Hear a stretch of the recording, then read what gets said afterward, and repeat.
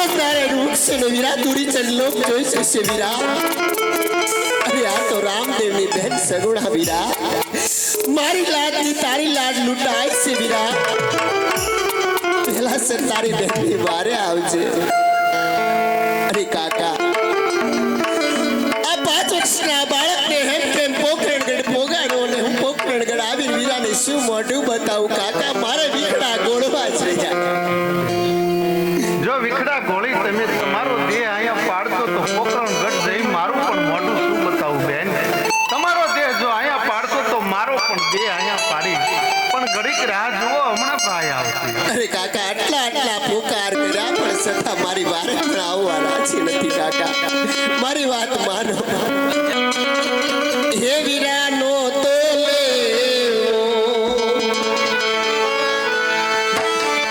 અજમલ ઘેરે અવતાર તાર રે. એ જંગલમાં એ બેનીને વિપતું પડ્યું રે.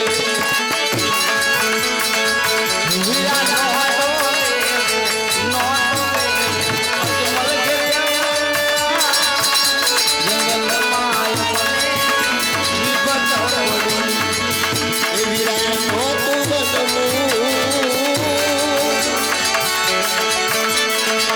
પિતા એક બોલ રાયના બા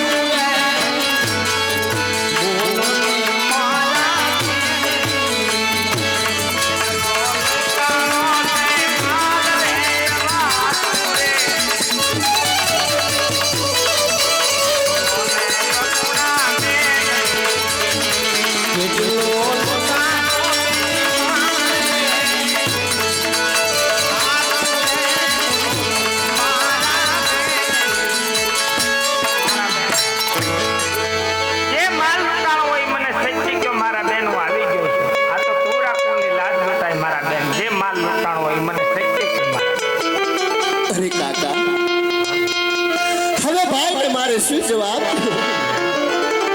ભાઈને આપણે સાચી વાત ન કરાય, કારણ કે આપણે તો જે થવાનું હતું તે થઈ ગયું.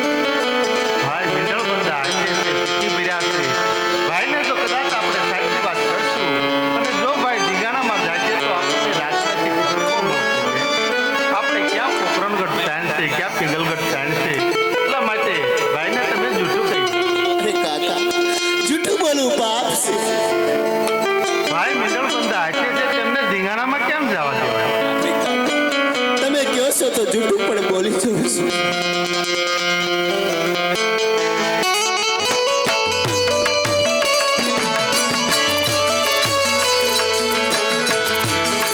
હીરા ગોટોને ફૂટોને વીરા મારો સાંડિયો રે આ ઘરનો ઢોરે વીરા મારો સાંડિયો રે મને ઉપર ખોટું બધું રહી ગોટોને ફૂટોને વીરા મારો સાંડિયો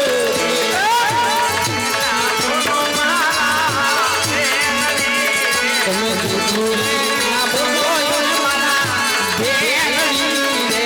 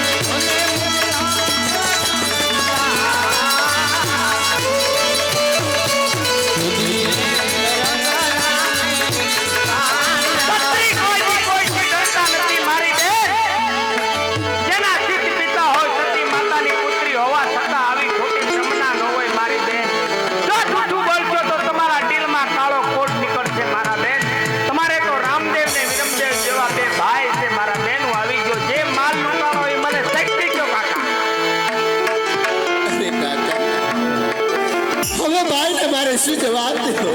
ભાઈની કેવી વાત સાચી છે, કારણ કે જ્યારથી ભાઈએ પોકરણગઢ અવતાર ધારણ કર્યો ત્યારથી પોકરણગઢની પ્રજા જૂઠું નથી બોલતી. અરે પોકરણગઢ તો હતું, પણ જ્યાં સુધી તેમનું નામ સંભળાય ત્યાં સુધી કોઈ ખોટું નથી બોલતું. તો હવે આપણાથી ખોટું ન બોલાય બેન, ભલે જે થવાની હોય તે થાય. ભાઈને તમે સાચી વાત પેલા તમે મને જૂઠું બોલવાનું કહેશો, હવે સાચું બોલવાનું. તમે પણ મને